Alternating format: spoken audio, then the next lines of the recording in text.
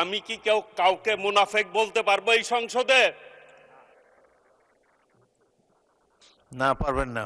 আচ্ছা, আমি মুনাফেক বললাম না কাউকে। 70 ভাগের মধ্যে 51 ভাগ মানুষ আমাদের কথায় ভোট দিয়েছে, আমাদের নেতার কথায় ভোট দিয়েছে। যারা জনগণ থেকে প্রত্যাখ্যিত তাদের সাথে বিএনপির তুলনা করেন, সংসদে কয় এক কথা, বাইরে যায় এক কথা। সেই জন্য আমি আপনাকে জিজ্ঞেস করছিলাম আমি মুনাফেক বলবো কিনা। যেহেতু আপনি না করছেন, আমিও আর বললাম না। আপনার এলাকায় আমি নির্বাচন করতে গিয়েছিলাম, উপনির্বাচন, সেই জন্য আপনি 4 মিনিট দিতে পারতেন আমাকে। মানে স্পিকার, 2 মিনিটের মধ্যেই শেষ করব। সকল প্রশংসার দাবিদার আল্লাহ রাব্বুল আলামিন। আমি স্মরণ করছি স্বাধীনতার মহান ঘোষক শহীদ রাষ্ট্রপতি জিয়াউর রহমানকে। আমি স্মরণ করছি মমতাময়ী মা, যার মাতৃস্নেহে বড় হয়েছি, দেশ নেত্রী বেগম খালেদা জিয়াকে। আমি কৃতজ্ঞতা প্রকাশ করছি আজকের এই হাউজের নেতা মাননীয় প্রধানমন্ত্রী দেশনায়ক তারেক রহমানের প্রতি। আমি কৃতজ্ঞতা প্রকাশ করছি আমার টাঙ্গাইল 5 এলাকার যে জনগণ আমাকে ভোট দিয়ে এই সংসদে পাঠিয়েছেন তাদের প্রতি আমি কৃতজ্ঞতা প্রকাশ করছি। বিশেষ করে আমি কৃতজ্ঞতা প্রকাশ করছি বাংলাদেশের সকল নারী ভোটারদের প্রতি, যারা বেহেশতের প্রলোভনকে প্রত্যাখ্যান করে বিএনপিকে নির্বাচিত করেছেন, সেই সব নারী ভোটারদের। মাননীয় স্পিকার, নতুন সংসদ সদস্য তো, সেই জন্য একটা কথা বলতে চাই। আমি কি কাউকে মুনাফেক বলতে পারবো এই সংসদে? না, পারবেন না। আচ্ছা, আমি মুনাফেক বললাম না কাউকে। মাননীয় স্পিকার, জুলাই সনদ নিয়ে কথা হচ্ছে। এই সংসদে আইন পাশ হবে, আমরা আইনের পাশ করার জন্যই জনগণ আমাদেরকে পাঠিয়েছে। আইনের বিপক্ষে কথা বললে হবে? আইনের পক্ষে কথা বলতে আসুন, আইন নিয়ে কথা বলুন। ওনারা বেআইনে চলতে চায়, কোনো আপত্তি নেই। মাননীয় স্পিকার, জুলাই আন্দোলন নিয়ে কথা হয়েছে। আমি ওই সময় জেলখানায় ছিলাম। জামাতের সাধারণ সম্পাদক গোলাম পারোয়ার সাহেব আমার পাশের সিটেই ছিলেন। আমি ম্যাক্সিমাম সময় তাকে আমার বালিশটা দিতাম তাদেরকে শোয়ার জন্য। মাননীয় স্পিকার, আমি এরপরে যখন বের হই, এক টেলিভিশনে দেখলাম শিবিরের সভাপতি বলছে উনি নাকি ওই টাইমে বাজার করেছেন, আর ছাত্র দলের সভাপতি রাস্তায় আহত হয়েছে পুলিশ দ্বারা। তাহলে জুলাই আন্দোলন নিয়ে কার কি ভূমিকা? এই আওয়ামী লীগের মতো আচরণ।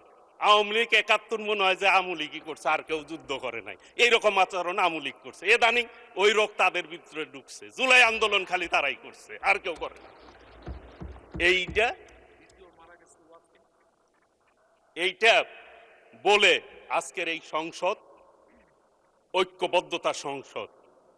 একটি জিনিস এই সংসদে মাননীয় স্পিকার, যে ফ্যাসিবাদ বিরোধী আন্দোলন যারা করেছে তারাই এই সংসদ সদস্য হয়েছে। জুলাইয়ের সনদ নিয়ে কথা বলে যে গণভোট, আমাদের মাননীয় প্রধানমন্ত্রী গণভোটের পক্ষে কথা বলেছে। আমরা 51%-এর প্রায় অধিক কিন্তু আমরা প্রতিনিধিত্ব করি। কাজে 70 ভাগের মধ্যে 51 ভাগ মানুষ আমাদের কথায় ভোট দিয়েছে, আমাদের নেতার কথায় ভোট দিয়েছে। সেটা স্মরণে রাখতে হবে। কথায় কথায় বলেন যে আওয়ামী লীগের মতো ফ্যাসিবাদের মতো আচরণ ঢুকে গেছে। 2 মাসের সরকার, কিন্তু এটা কিন্তু 5 বছর, মনে হয় যে 5 বছর সরকার আমরা শুরুই করলাম না, তার আগেই যত সব অভিযোগ। এই 2 মাসে কি কি করছেন মাননীয় প্রধানমন্ত্রীর নেতৃত্বে, সেই কথাগুলি কিন্তু একবারও বলেন না। গতকাল একটি সমাবেশের বক্তৃতা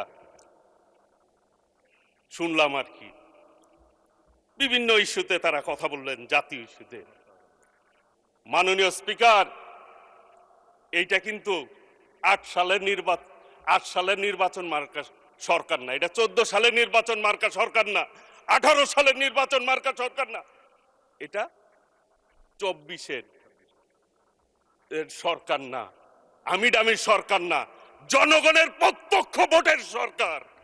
কাজেই হিসাব করে পথ চলা উচিত।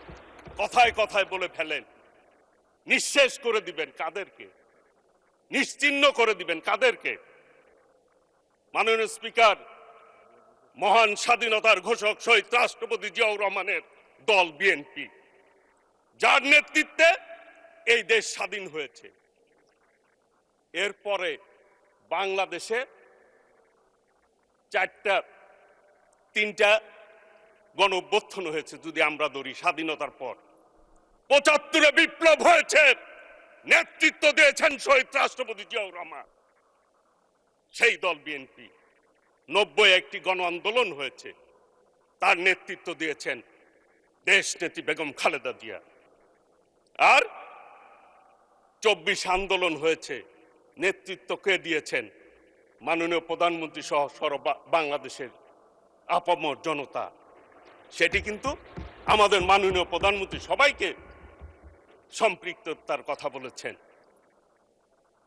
যারা আমিডামি নির্বাচন করে, যারা জনগণ থেকে প্রত্যাখ্যিত, তাদের সাথে বিএনপির তুলনা করেন। এই জন্য বললাম মাননীয় স্পিকার, আমাদের মাননীয় সংসদ সদস্য চান ভাই ওইখানে রয়েছেন, তিনি বলেছেন ওনাদের সাথে একসাথে জেল খাটলাম, সংসদে কয় এক কথা, বাইরে যায় এক কথা। সেই জন্য আমি আপনাকে জিজ্ঞেস করছিলাম আমি মুনাফেক বলবো কিনা। যেহেতু আপনি না করছেন, আমিও আর বললাম না।